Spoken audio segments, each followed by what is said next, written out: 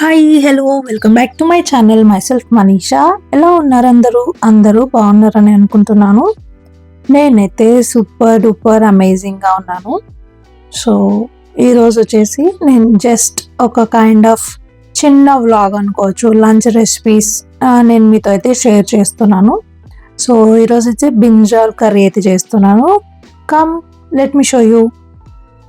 So ఇక్కడ వచ్చేసి నేను బ్రింజాల్కి సంబంధించి ఆనియన్స్, అలాగే టొమాటోస్, మిర్చి, అలాగే వంకాయలు ఇవన్నీ వాష్ చేసి పెట్టుకుంటున్నాను. నేను చేసే రెసిపీస్ ఎవరైనా ట్రై చేసి ఉంటే ఒకసారి నాకు కామెంట్ చేయండి. నేను సింపుల్గా, ఈజీగా, హ్యాండీగా వితిన్ 10 to 15 minutes అయిపోయే రెసిపీస్ అయితే నేను ఇక్కడ మీకైతే చూపిస్తూ ఉంటాను జనరిక్గా. ఎందుకంటే నేను కూడా అలాగే ఇంట్లో వండుతాను కాబట్టి ఎవరైనా కొత్తగా పెళ్ళైన వాళ్ళు కానీ, లేదంటే బ్యాచిలర్స్ కానీ ఎవరికైనా ఈజీగా ఉండేలాగా నేను అయితే రెసిపీస్ అయితే చూపిస్తాను. ఎందుకంటే మనం ఏదైనా చూపిస్తున్నామంటే అది ఈజీగా అయిపోవాలి, అలాగే అందరికీ ఉపయోగపడాలన్నమాట. సో ఆ కైండ్ ఆఫ్ రెసిపీస్ అయితే నేను ఇక్కడ మీకు చూపిస్తున్నాను. ఆనియన్స్ అన్నీ కట్ చేసి పెట్టుకున్నాను. ఇప్పుడు నేను బ్రింజాల్ని కూడా కట్ చేసి చిన్న చిన్న పీసెస్ లాగా అయితే కట్ చేస్తాను. కట్ చేసిన వెంటనే మీరు వాటర్లో వేసి కొంచెం సాల్ట్ వేసి పెట్టేసేయండి, సో దట్ మీకు బ్రింజల్స్ అన్నవి బ్లాక్గా అయిపోవు అనమాట. ఇప్పుడు నేను కడాయి పెట్టేశాను, ఆనియన్స్ వేసేస్తాను, కొంచెం ఆయిల్ వేసి. ఇంకా ఈ ప్రాసెస్ అంతా మీ అందరికీ తెలుసు. పోపు వేసేసి శనగబ్యాళ్ళు, తర్వాత జీరా, ఆవాలు, కరివేపాకు, అలాగే కొంచెం ఆనియన్ ఇవన్నీ బాగా ఫ్రై అయిపోయిన తర్వాత వెంటనే బ్రింజాల్స్ అయితే వేసేయాలి. బ్రింజాల్ వేసిన తర్వాత దానిపైన నుంచి కొంచెం సాల్ట్ అయితే వేసుకోండి. ఎందుకంటే ఆల్రెడీ మనం సాల్ట్ వంకాయల్ని నానబెట్టేటప్పుడు వాటర్లో వేస్తాము. ప్లస్ ఇక్కడ వేస్తే ఏమవుతుందంటే బ్రింజాల్స్ అన్నవి కలర్ షేడ్ అవ్వవు, ఎలాగా ఉన్నాయో కలర్ అలాగే కలర్లో ఉంటాయి. చూడొచ్చు మీరు, బ్రింజాల్ కలర్ అయితే లైట్గా షేడ్ అయిపోయాయి అంతే. ఇంకా రిమైనింగ్ అంతా యాజ్ ఇట్ ఈస్ అలాగే ఉంటుంది. ఇంకా కొంచెం ఒక 5 to 10 minutes అలా బాగా మగ్గ పెట్టేసి కొంచెం అల్లం వెల్లుల్లి పేస్ట్, అలాగే కొంచెం పసుపు, ఉప్పు, కారం, ధనియా పౌడర్, టొమాటోస్ ఇవన్నీ వేసి మూత పెట్టేస్తే అయిపోతుంది. మీకు ఫ్రై కావాలంటే ఇలాగే ఫ్రై చేసేయచ్చు, లేదు కొంచెం గ్రేవీ టైప్ కావాలంటే కొంచెం ఒక కప్ ఆర్ ఒక చిన్న గ్లాస్ వాటర్ వేసేసి ఇంకొక 5 నిమిషాలు అలా మూత పెట్టేస్తే ఈజీగా మగ్గిపోతుంది. ఎంత తొందరగా మగ్గిపోతుందంటే అంత తొందరగా మగ్గిపోతుంది. మనం సాల్ట్ చెక్ చేసుకుంటే అంతే సరిపోతుంది. మీ అందరూ ఎలా చేస్తారు, ఏ కైండ్ ఆఫ్ వంకాయలు అయితే చేస్తారో నాకు ఒకసారి షేర్ చేయండి. ఇందులో నేను కొంచెం మెంతి కూర కూడా వేసాను, మర్చిపోయాను చెప్పడం. మెంతి కూర వేస్తే ఆ వంకాయకి వచ్చే టేస్టే వేరే అండి. మీరు ఎప్పుడైనా ఇందులో మెంతి కూర వేసి ట్రై చేశారా? ఒకసారి నాకు షేర్ చేయండి. ఒకవేళ ట్రై చేసి ఉంటే ఒకసారి కామెంట్ చేయండి. ఇంకా ఈరోజైతే నేను ఒక చిన్న వర్క్ అయితే చేసేసాను.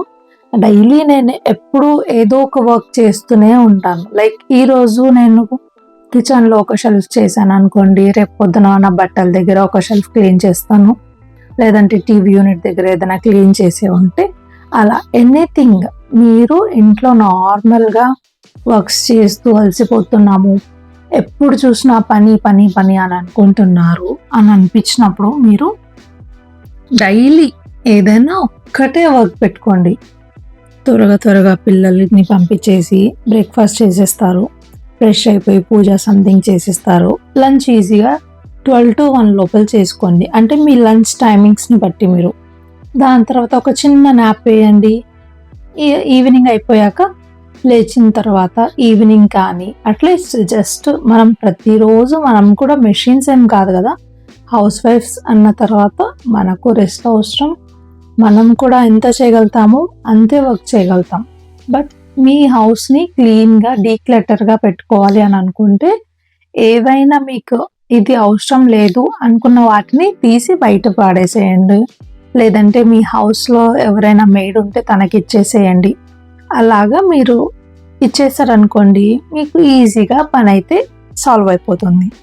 సో నేను కూడా అంతే, డైలీ ఏదన్నా ఒక్క థింగ్ మాత్రమే చేయగలుగుతాను.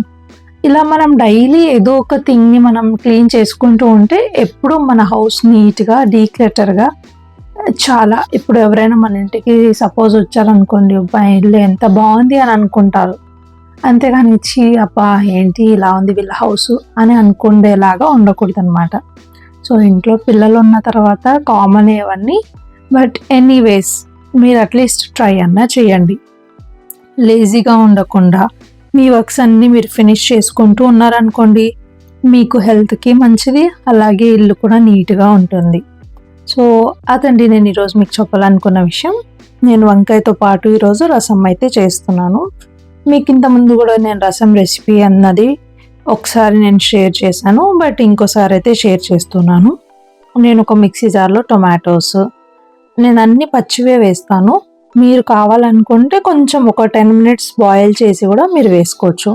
టొమాటో, జీలకర్ర, అలాగే కొంచెం మిరియాల పౌడర్ ఉంటే పౌడర్ వేసుకోవచ్చు, లేదు మిరియాలన్నా వేసుకోవచ్చు. కొంచెం పప్పు, మనం ఏదైతే పప్పు వేస్తామో అదన్నా వేసుకోవచ్చు. అది పప్పు వేసుకోలేదు అని అనుకున్నప్పుడు నేను నార్మల్ పప్పులు అయితే వేస్తాను. పుట్నాలు అంటాం కదా, సో ఉగ్గానిలో వాడతాం. అది వేస్తే మీరు మీ రసానికి చాలా మంచి టేస్ట్ని ఇస్తుంది, థిక్నెస్ని కూడా ఇస్తుంది. అలాగే కొంచెం చింతపండు, సో ఇవన్నీ వేసి గ్రైండ్ చేసేసి నేను వాటర్ వేసేసి ఆ పేస్ట్ అంతా ఆ కడాయిలో వేసేసి ఘీతో బాగా బగారా పెట్టండి, తర్వాత వేయండి. చాలా చాలా టేస్ట్ అయితే వస్తుంది. కొంచెం కరివేపాకు, ఇంకా ఈ దిల్సులన్నీ వేసేసి బాగా వాటర్ వేసేసి ఒక 5-10 నిమిషాలు బాగా మరిగేటప్పుడు కొంచెం రసం పౌడర్ వేసేసి ఇంకో 5 minutes పెట్టేసి కలిపేస్తే ఉంటుందండి, స్వర్గం లాగా ఉంటుంది. మీరు కూడా ఎవరైనా ట్రై చేయలేదని అనుకుంటే ఒకసారి ట్రై చేయండి. ఖచ్చితంగా ఈ 2 రెసిపీస్ సింపుల్గా ఒక 1/2 అవర్లో మీ లంచ్ అన్నది ఖచ్చితంగా అయిపోతుంది.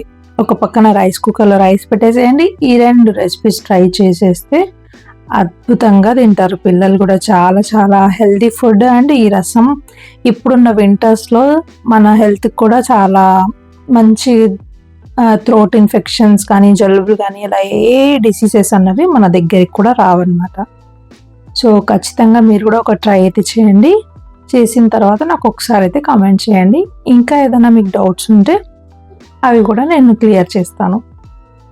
మీకు నా ఈ చిన్న బ్లాగ్ నచ్చినట్టయితే లైక్ చేయండి, కామెంట్ చేయండి, and don't forget to subscribe.